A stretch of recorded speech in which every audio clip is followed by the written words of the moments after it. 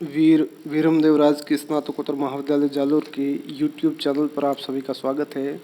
प्रिय विद्यार्थियों, इससे पूर्व के वीडियो में हमने भक्ति काल की सगुण शाखा के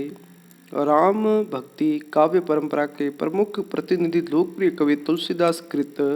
रामचरितमानस के अयोध्या कांड के पदों को पढ़ा है। इसी श्रृंखला को आगे बढ़ाते हुए आज हम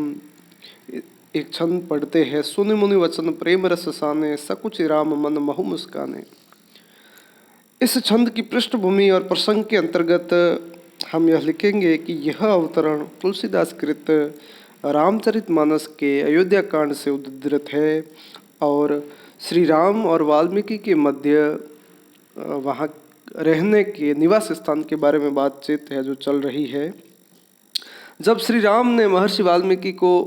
उनके योग्य श्री राम, लक्ष्मण और सीता के रहने योग्य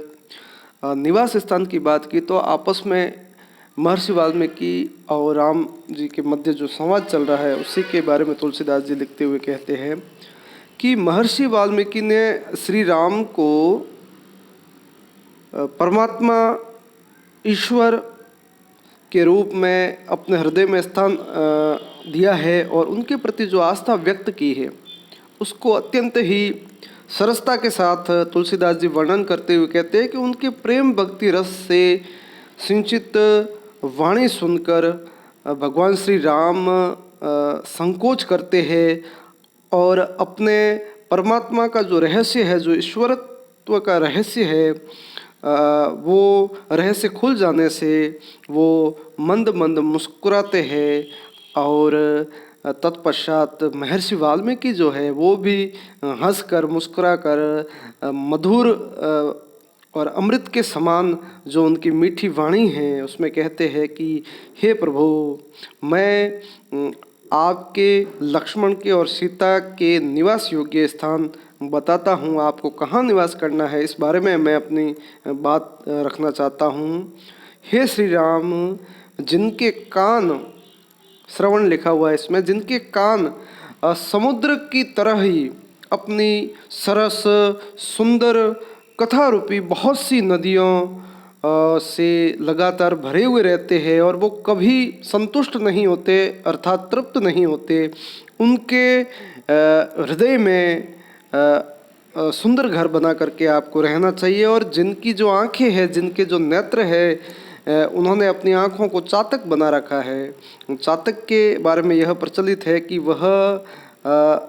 जो स्वाति नक्षत्र की बूंद है उसी का है जो आस्वादन करता है। तो बहुत से भक्त ऐसे हैं जो जिन्होंने आपके दर्शन के लिए उन्होंने अपनी आँखों को या नेत्रों को चातक बना रखा है और आपके दर्शन के लिए, आपके दर्शन रूपी बादलों के लिए सदैव उत्कंठित रहते हैं और साथ ही जो भारी भरकम नदियों और बड़े बड़े तालाब, सरोवर, झीलों का भी है जो तिरस्कार करते हैं और आपकी सुंदरता, आपके सौंदर्य रूपी बादल की सिर्फ एक बूंद की प्राप्ति के लिए उत्कंठित रहते हैं या उससे सुखी हो जाते हैं। तो ऐसे लोगों के हृदय रूपी सुखदायी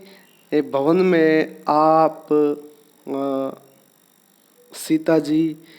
लक्ष्मण जी के साथ है जो निवास कीजिए। इसके ठीक साथ में एक दोहा है, क्योंकि चौपाई छंद है तो एक इससे दोहा जुड़ा हुआ है। जसु तुम्हार मानस विमल हंसिनी, जीहा जासु मुक्ता हल गुण गन, चुनई राम बसु हो ही तासु। इसका अभिप्राय होगा, महर्षि वाल्मीकि और श्री राम के मध्य संवाद चल रहा है कि हे श्री राम, आपकी कीर्ति, आपके यश रूपी जो स्वच्छ साफ निर्मल पवित्र जो मानसरोवर है और जिसकी जीव या जिह्वा हंसिनी बनकर उसमें विचरण करती है, उसमें तैरती रहती है और आपका जो मर्यादा पुरुषोत्तम रूप है, आपका व्यक्तित्व, कृतित्व, आपका गुण रूपी मोतियों को वो जिह्वा हंसिनी बनकर तैरती है और चुगती रहती है। अभिप्राय यह है कि जो आपकी भक्ति करते हैं, आपके आदर्श चरित्र की प्रशंसा करते हैं, उन्हें संतुष्टि होती है, आपके चरित्र का गुणगान करते हैं, वो प्रसन्न होते हैं, जो आपको देख कर आपके दर्शन मात्र से ही प्रसन्न हो जाते हैं, ऐसे भक्तों के हृदय में आपको निवास करना चाहिए। प्रस्तुत पंक्तियों में महर्षि वाल्मीकि की श्री राम के प्रति श्रद्धा और भक्ति प्रकट हुई है और इस छंद की जो भाषा है वो अत्यंत सरल सुबोध है। अनुप्रास, रूपक और उपमा अलंकार का प्रयोग किया गया है और इसके साथ ही जो रामचरितमानस है उसके जो 7 कांड है, बाल कांड, अयोध्या कांड जिसे हम पढ़ रहे हैं, अरण्य कांड, किष्किंधा कांड, सुंदर कांड, लंका कांड, उत्तरकांड, और इस काव्य की जो भाषा है वो अवधि है और यह महाकाव्य है और शैली दोहा चौपाई जो अभी हमने छंद पढ़ा है। तो इस तरीके से